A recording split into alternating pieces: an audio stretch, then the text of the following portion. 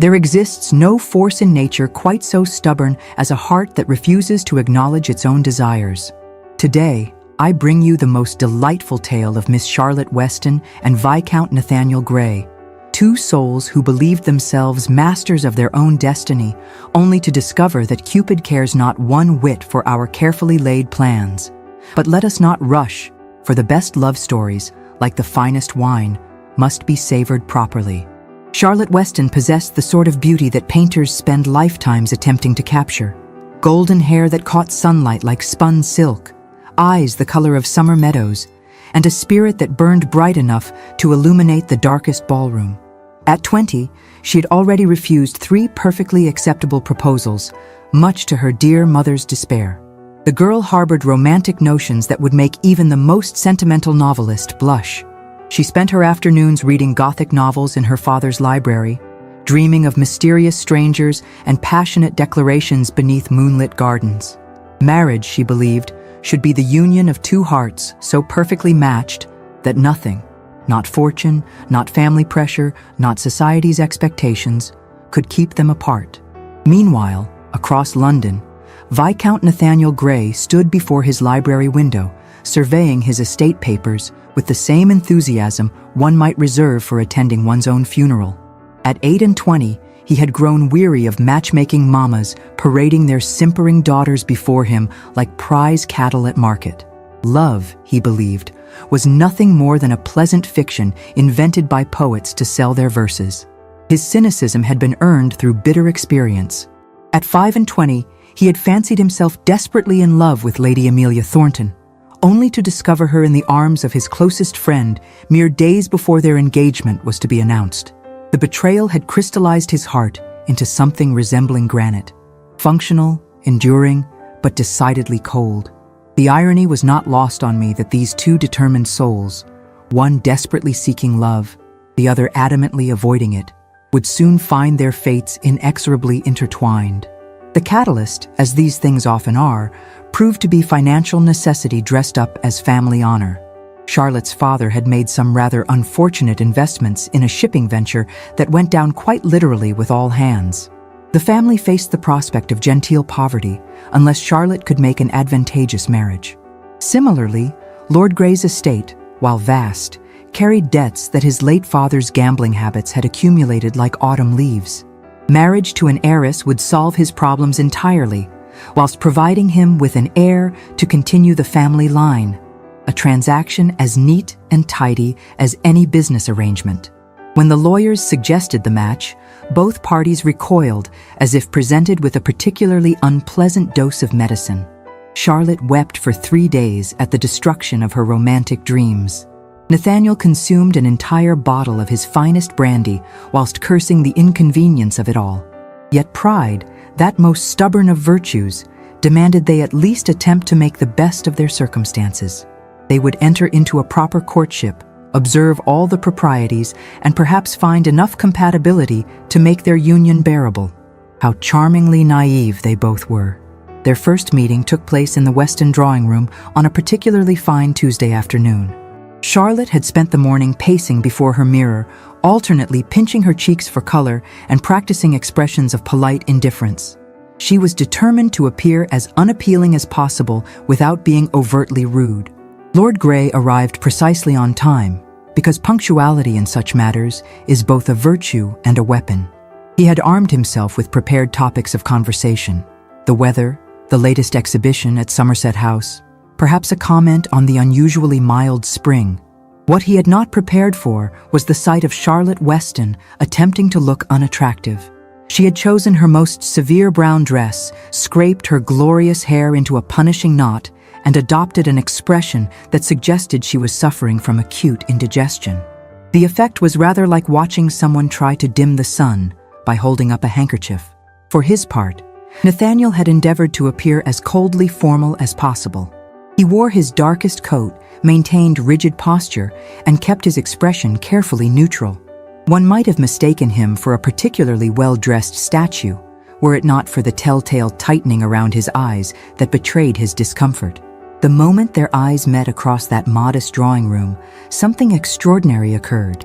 Charlotte's carefully constructed mask of indifference slipped just enough to reveal the intelligence blazing beneath, whilst Nathaniel's granite composure cracked to show the vulnerability he fought so hard to conceal.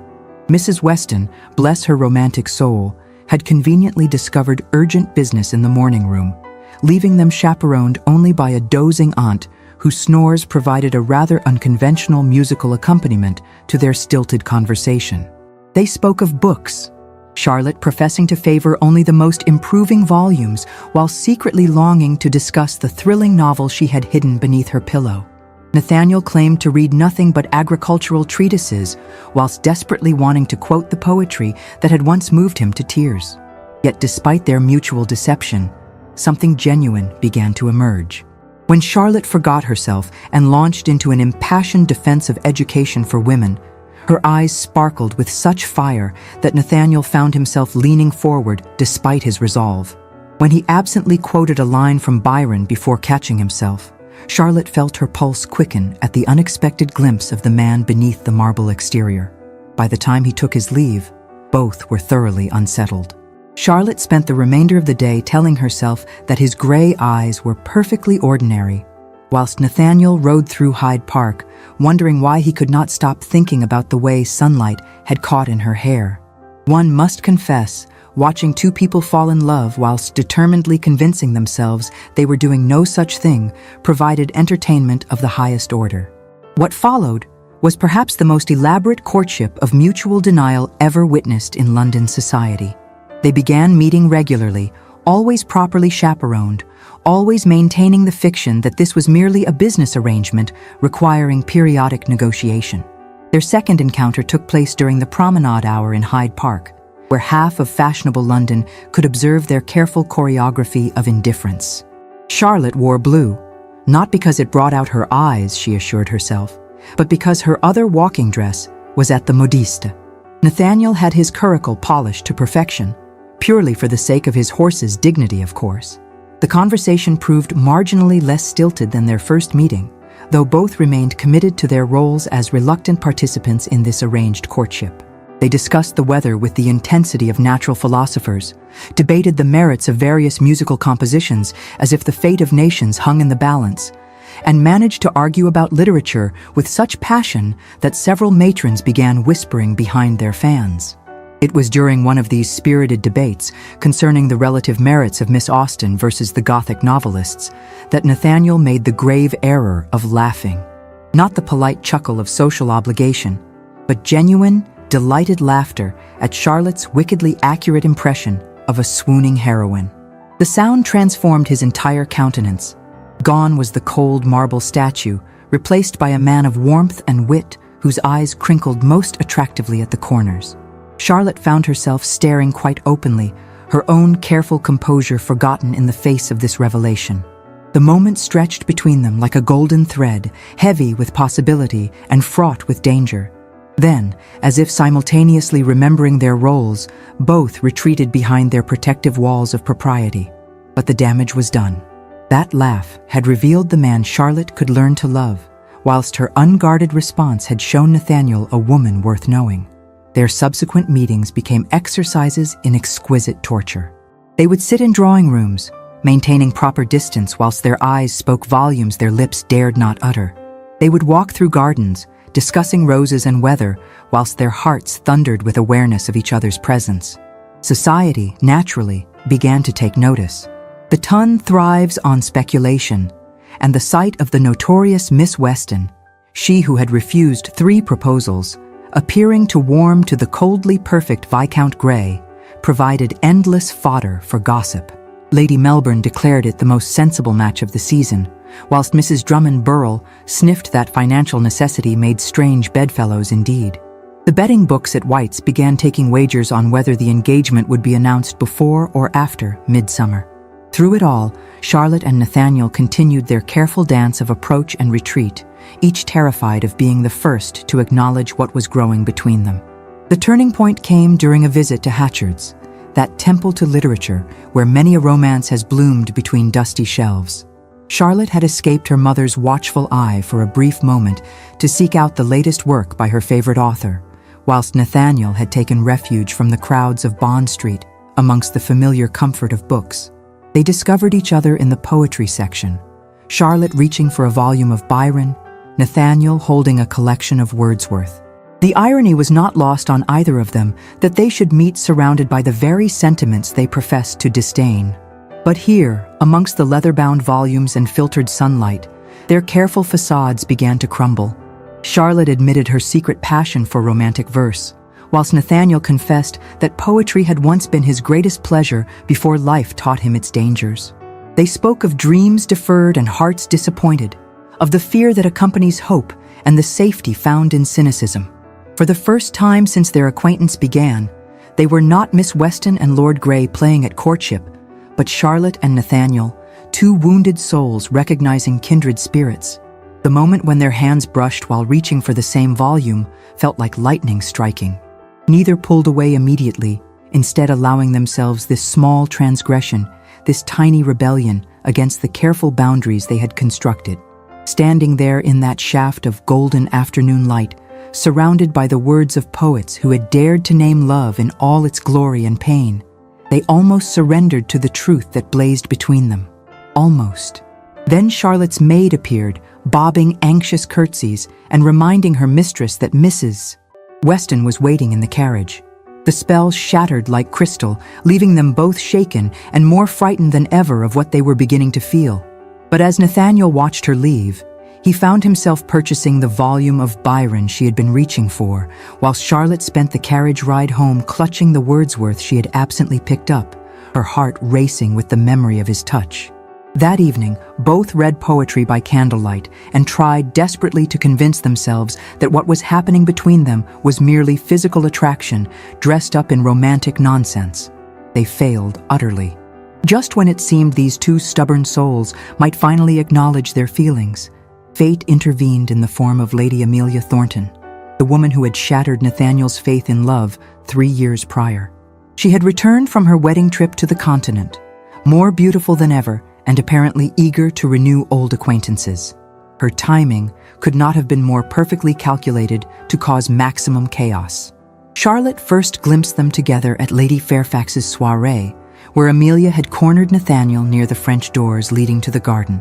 To Charlotte's inexperienced eye, their intimate conversation and Amelia's possessive touch on his arm suggested a reconciliation of the most romantic sort. What Charlotte could not see, what no one could see, was the carefully controlled fury in Nathaniel's eyes, or the way he repeatedly attempted to extricate himself from Amelia's web of manufactured intimacy. She saw only the tableau, the most beautiful woman in London making claim to the man Charlotte had, despite all her denials, begun to love. The pain was exquisite and immediate. Every carefully constructed wall around her heart crumbled in an instant, leaving her raw and exposed to the agony of jealousy. She fled the soirée with a hastily concocted headache, leaving Nathaniel to wonder at her sudden disappearance. His own misunderstanding came the following morning when he called at Brook Street, only to be informed by a triumphant Mrs. Weston that dear Charlotte was receiving Lord Pemberton in the morning room. Young Pemberton, it seemed, had renewed his suit with most encouraging results. The truth was far more mundane. Charlotte was attempting to convince the persistent young man that her affections were otherwise engaged, though she dared not name the object of those affections. But Nathaniel, wounded by what he perceived as Charlotte's fickleness, chose to interpret the scene through the lens of his own fears. Two people who had spent weeks learning to trust again retreated behind their familiar armor of cynicism and pride. Charlotte threw herself into encouraging Lord Pemberton's suit with desperate gaiety, whilst Nathaniel began appearing at social events, with Lady Amelia decorating his arm like a particularly beautiful parasite. Society was agog with speculation. Had the Grey Weston match collapsed before it truly began? Would there be 2 weddings, or none? The betting books at White's saw frantic activity as wagers were laid and changed daily. Through it all, both Charlotte and Nathaniel suffered the particular torment of the proud, watching the person they loved appear happy with another whilst maintaining a facade of complete indifference. It was a masterpiece of mutual misunderstanding, complicated by pride, seasoned with jealousy, and guaranteed to cause maximum suffering to all concerned. The truth, as it always does, emerged in the most dramatic fashion possible. The setting was Lady Jersey's ball, that glittering pinnacle of the London season where reputations were made and hearts were broken with equal frequency. Charlotte, resplendent in white silk and pearls, had just accepted Lord Pemberton's very public proposal when disaster struck in the form of Lady Amelia's melodramatic collapse. It seemed the beautiful widow had been overindulging in champagne and laudanum, a dangerous combination that left her unconscious on the ballroom floor. In the chaos that followed, private letters spilled from her reticule like fallen petals. Letters that revealed, in Amelia's own hand, the calculated nature of her pursuit of Nathaniel and her contempt for what she called his pathetic desire for a love match. The most damaging missive detailed her plan to ensnare him through manufactured intimacy and strategic positioning at social events, whilst privately mocking his romantic sensibilities to her confidants. She had not returned to London for love, but for revenge against the man who had dared to find her wanting. Nathaniel, reading these revelations with dawning horror, finally understood how thoroughly he had been manipulated. But the realization came too late. Charlotte was engaged to another, and he had no right to interfere with her happiness, even if it meant sacrificing his own. Meanwhile, Charlotte's engagement to Lord Pemberton was causing her own crisis of conscience. The young man deserved a wife who could love him completely, not one whose heart belonged irrevocably to another. The kindest thing, the only honorable thing, was to release him from their engagement despite the scandal it would cause. Both were prepared to sacrifice their own happiness for what they believed to be right. Charlotte would free Pemberton to find genuine love elsewhere, whilst Nathaniel would honor what he thought were her feelings for her new fiancé. The following day found Nathaniel alone in his library, surrounded by the leather-bound volumes that had once brought him comfort. In his hands lay the collection of Byron's poetry he had purchased that afternoon at Hatchard's, the very book Charlotte had been reaching for when their hands had touched and set his world ablaze. He opened it to a passage that seemed to mock his current desolation.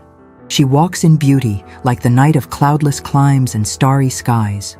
The words that had once seemed merely pretty now cut through him like a blade, for they reminded him of Charlotte dancing in candlelight, her face alive with laughter he would never hear again. Setting the book aside with hands that trembled slightly, Nathaniel stared out at the garden where spring flowers bloomed in cheerful defiance of his misery. He had made his choice, or rather, he had allowed pride and fear to make it for him. Charlotte would marry Pemberton, bear him children, and live the comfortable life she deserved. And he would learn to content himself with the knowledge that she was happy, even if that happiness came at the cost of his own. It was a perfectly noble resolution, and it would have condemned them both to lives of quiet desperation, had not fate intervened in the form of one meddlesome elderly relative. It was a perfectly noble mess, and it took the intervention of an unlikely ally to untangle the web of misunderstanding that threatened to destroy them both. The unlikely ally proved to be Charlotte's elderly great-aunt Prudence, a formidable dame who had been observing the proceedings with the sharp eyes of one who had seen 8 decades of human folly. She had watched her great-niece pine for a man who clearly adored her, whilst that same man tortured himself with unnecessary nobility. Aunt Prudence had little patience for such romantic nonsense. On the night of Charlotte's engagement to Lord Pemberton, the old lady summoned both parties to her Mayfair mansion under separate pretenses, Charlotte to discuss her trousseau, Nathaniel to examine a painting she wished to sell. They arrived within moments of each other, only to find themselves locked in Aunt Prudence's conservatory, whilst that devious lady retired to her rooms with strict instructions to the servants that she was not to be disturbed until morning. Faced with spending the night together unchaperoned, a scandal that would require marriage to repair, they were forced to finally confront the truth that had been burning between them for months. The conversation that followed was perhaps the most honest either had ever engaged in. Charlotte confessed her terror of loving someone who could never return her feelings, whilst Nathaniel revealed his fear that offering his heart again would only lead to fresh betrayal. They spoke of dreams deferred and chances missed, of the courage required to choose love over safety, and the wisdom needed to recognize when love chooses you. As dawn approached, painting the conservatory in shades of rose and gold, they found themselves standing beneath the glass roof where stars had kept vigil over their reconciliation. The summer constellations wheeled overhead like celestial witnesses to what was about to unfold. Cassiopeia, in her eternal chair, Ursa Major guarding the northern sky, and Venus blazing like a promise on the horizon. The conservatory itself seemed transformed by the approaching dawn. Exotic blooms perfumed the air with jasmine and orange blossom, whilst climbing roses wound around the iron framework created natural alcoves filled with morning light. It was a setting worthy of the most romantic of novels, though neither Charlotte nor Nathaniel was thinking of literature at that moment. Nathaniel spoke first, his voice rough with emotion and hours of honest conversation, as he confessed that he had fallen in love with her wit before her beauty, her spirit before her station, and her kindness before her fortune. He spoke of watching her gentle way with servants, her passion when discussing social injustices, and the light in her eyes when she debated literature. He told her how he had begun looking forward to their meetings with an anticipation that had nothing to do with duty and everything to do with the pleasure of her company. He confessed that her laugh had become the sound he most wanted to hear, her smile the sight he most wanted to see, and her happiness the goal he most wanted to achieve. The words poured from him like water from a broken dam. All the feelings he had suppressed, all the admiration he had hidden, all the love he had been too proud and too frightened to acknowledge. He spoke of lying awake at night, thinking of things he wanted to show her, places he wanted to take her, conversations he wanted to share with her. Charlotte's response came not in words but in the way she stepped into his arms, finally allowing herself to trust in what she saw in his eyes. Her own confession tumbled out between tears of relief and joy. How she had fallen in love with his mind before his title, his hidden vulnerability before his public strength, and his capacity for growth before his social perfection. She told him about the books she had bought, hoping to discuss them with him, the poems that had reminded her of their conversations, and the empty feeling that had plagued her whenever they parted.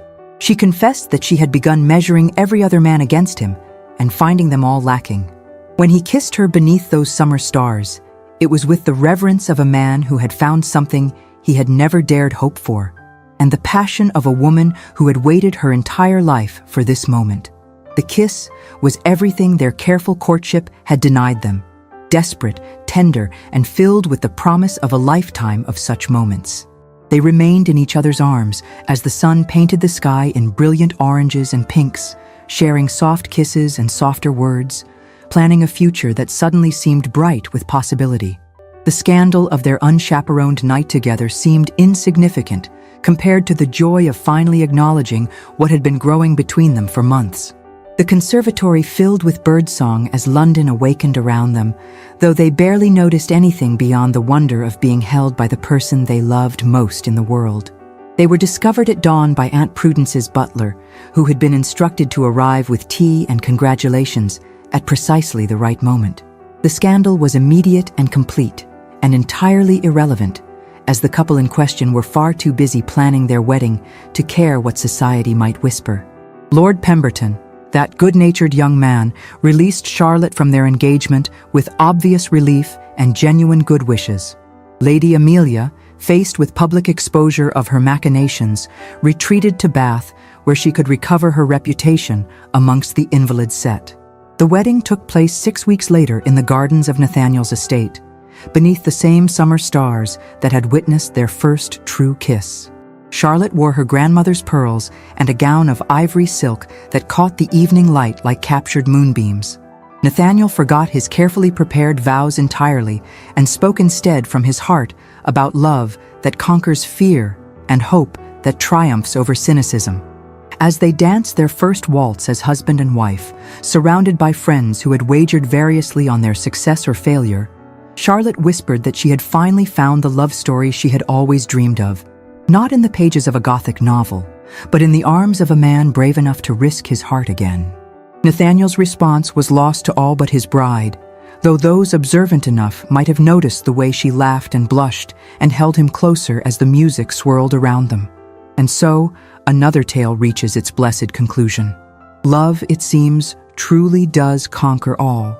Pride, fear, misunderstanding, and even the interference of vindictive former mistresses. Charlotte and Nathaniel went on to enjoy 47 years of marriage, 6 children, and a love story that became legend amongst those privileged to witness its unfolding.